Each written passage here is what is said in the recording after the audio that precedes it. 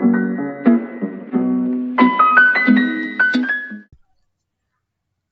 back to Ajanachal Daily Current Affairs series, and today is 7th of September.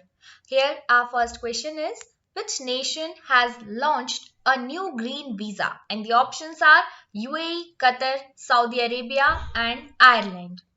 The correct answer is option A, UAE यानी कि United Arab Emirates ने एक नया green visa launch किया है 5 सितंबर को to allow foreigners to work in the country without being sponsored by an employer and it will also loosen up residency requirements यानी कि अगर आपको कोई पर्टिकुलर वहां की कंपनी स्पॉन्सर नहीं भी कर रही है, कोई एम्प्लॉयर स्पॉन्सर नहीं कर रहा है, उसके बावजूद भी आप वहां पर जाके रह सकते हो, काम कर सकते हो। इसके लिए ग्रीन वीजा लॉन्च किया गया है जिससे आपके रेसिडेंसी रिक्वायरमेंट्स है उसको थोड़ा सा लूजन किया जाएगा, आपको आसानी हो सकती है, राइट।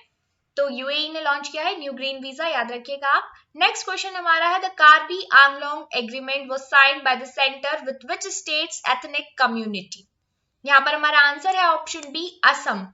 सेंटर ने एक ट्रिपार्टाइट एग्रीमेंट साइन किया है जिसका नाम है कार्बी आंगलोंग एग्रीमेंट 4 सितंबर को with representatives of Karbi outfits in new Delhi.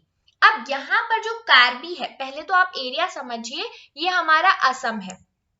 Assam में ये वाला जो रीजन है एकदम सेंटर में है असम के, ये कार्बी आंगलोंग वाला रीजन है। यहाँ पे काफी सारे मिलिटेंट्स रहते थे, उनका कब्जा था जिसकी वजह से काफी ज्यादा इनस्टेबिलिटी यहाँ पर देखी जाती थी, खतरा मंडराता था।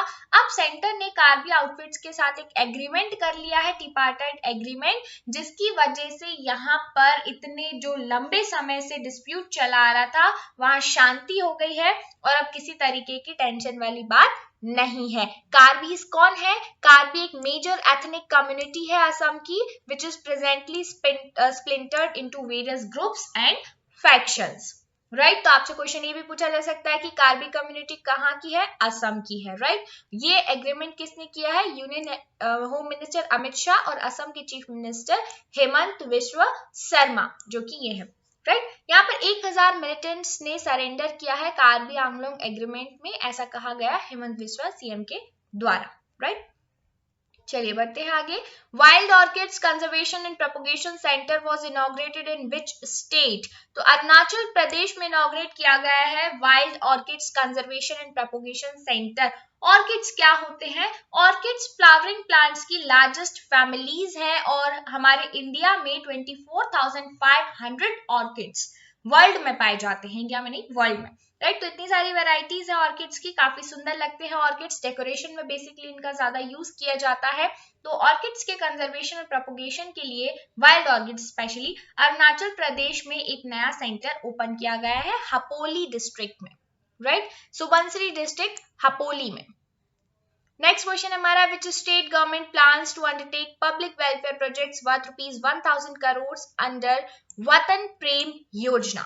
वतन प्रेम योजना के अंतर्गत काफी सारे प्रोजेक्ट्स यहाँ पर रिलीज किए गए जिसमें 1000 करोड़ का इन्वेस्टमेंट सरकार कर रही है। ये वतन प्रेम योजना किस स्टेट की है? गुजरात स्टेट की है। याद रखिएगा, योजनाएं काफी इंपॉर्टेंट होती है किसी भी स्टेट के लिए।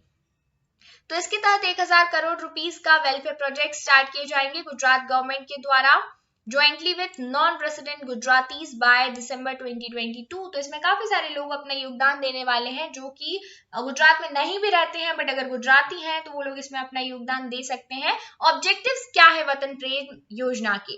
वतन प्रेम योजना बेसिकली ऑलराउंड डेवलपमेंट को अचीव करने और एक्सीलेंट पब्लिक फैसिलिटीज को डेवलप करने पे फोकस करती है।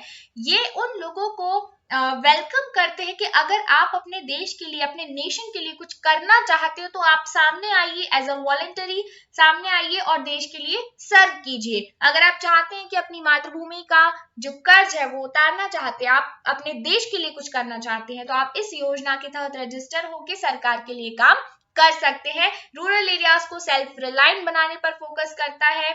डोनर्स और जो वेलफेयर है कंट्री में, उन लोगों को भी एक ट्रिनिटी बनाती है government to make the villages life vibrant, right. तो बेसिकली काफी सारी चीजें हैं, development, all round development main motive है वतन प्रेम योजना का। नेक्स्ट क्वेश्चन है, which states government has banned online gambling? तो कर्नाटका ने ऑनलाइन गैम्बलिंग पर बैन लगा दिया है। अब आप किसी भी तरीके की बैटिंग, लॉटरी को छोड़कर, ठीक है, बैटिंग या गैम्बलिंग नहीं कर सकते हैं ऑनलाइन, कर्नाटका पुलिस एक्ट 1963 के तहत। Next question. Asian Development Bank has cleared a loan worth rupees 150 million US dollar for a housing project for the urban poor in which state? Tamil Nadu में एशियन डेवलपमेंट बैंक ने एक loan clear किया है 150 million US dollar का housing project के लिए। यहाँ पर हमारे लिए दो चीजें इंपॉर्टेंट है, एक तो ये कि एडीबी ने किस स्टेट को लोन दिया, तो तमिलनाडु को दिया। लेकिन अगर आप सोच रहे हैं कि आपके स्टेट पीसीएस में तमिलनाडु की न्यूज नहीं पूछी जाएगी, तो हमारे लिए इंपॉर्टेंट है कि एडीबी क्या है। एशियन डेवलपमेंट बैंक ये एक रीजनल बैंक है जिसे 1966 में स्टैब्लिश किया गया था और 68 मेंबर नेशंस इसमें है। इंडिया एडीबी का फाउंडिंग मेंबर है। रिमेंबर, इंडिया एडीबी का फाउंडिंग मेंबर है, जिसमें से 49 मेंबर्स एशिया में आते हैं और 19 एशिया पैसिफिक के बाहर। इसका एम क्या है? सोशल इकोनॉमिक डेवलपमेंट को प्रमोट करना एशिया पैसिफिक रीजन में। 31 दिसंबर 2019 तक एडीबी के 5 लार्जेस्ट होल्डर्स में शामिल थे Japan, US, People's Republic of China, India and Australia, जिसमें सबसे ज्यादा होल्डिंग थी जापान और यूएसए की। दोनों का 15.6% शेयर है इसके इकोनॉमिक फंडिंग में, राइट। हेडक्वार्टर कहां पर है? मनीला, फिलीपींस में। ये क्वेश्चन कई बार स्टेट पीसीएस और यूपीएससी में पूछा गया है कि एडीबी कब स्टैब्लिश हुआ और इसका हेडक्वार्टर कहां पे है। तो ये दोनों फैक्ट गाइस आपको बहुत अच्छे से याद रखने हैं। नेक्स्ट क्वेश्चन है, how many medals have been won by India at the Tokyo Paralympics 2020? And the answer is 19। Total 19 medal जीते हैं इंडिया ने पैरालंपिक्स में। आप यहाँ पर देख सकते हैं 19 में से 5 गोल्ड है, 8 सिल्वर है और 6 ब्रॉन्ज है। आप इसको 586 से याद रख सकते हैं, राइट। तो 5 gold, 8 silver, 6 bronze. Next question, LIC has bought 3.9% share of which bank recently? LIC ने 3.9% शेयर खरीद ली है बैंक ऑफ इंडिया के। तो हमारा सही आंसर है option D, bank of India, right, through open market acquisition. Next question, India parathlete Krishna Nagar won the gold medal in which event at the 2020 Paralympics? India के जो पैराथलीट है कृष्णा नागर, इन्होंने किस गेम में जीता है गोल्ड मेडल? तो इन्होंने जीता है बैडमिंटन में, यानी आपका ऑप्शन ए यहाँ पर सही आंसर हो जाता है, राइट, ऑप्शन ए। तो कृष्णा नागर ने बैडमिंटन मेंस सिंगल कैटेगरी में गोल्ड मेडल जीता है और ये लास्ट गोल्ड था हमारा पैरालंपिक्स का, यानी कि लास्ट डे इन्होंने जीता ये 5th गोल्ड मेडल, क्योंकि टोटल 5 गोल्ड मेडल ही जीते हैं और 5th नंबर पे कृष्णा नागर को ये गोल्ड मेडल मिला है। बढ़ते हैं अगले क्वेश्चन की ओर। The book name know your rights and claim them, a guide for youth is an upcoming book by which celebrity? Hollywood की एक्ट्रेस है एंजेलिना जोली, इन्होंने ये बुक लिखी है जिसका नाम है know your rights and claim them. काफी काम करती है ये ह्यूमन राइट्स को लेकर, राइट, तो काफी चर्चा में भी रहती है। That's why we should know your rights and claim them, a guide for youth. ये बुक किसकी है? एंजेलिना जोली की।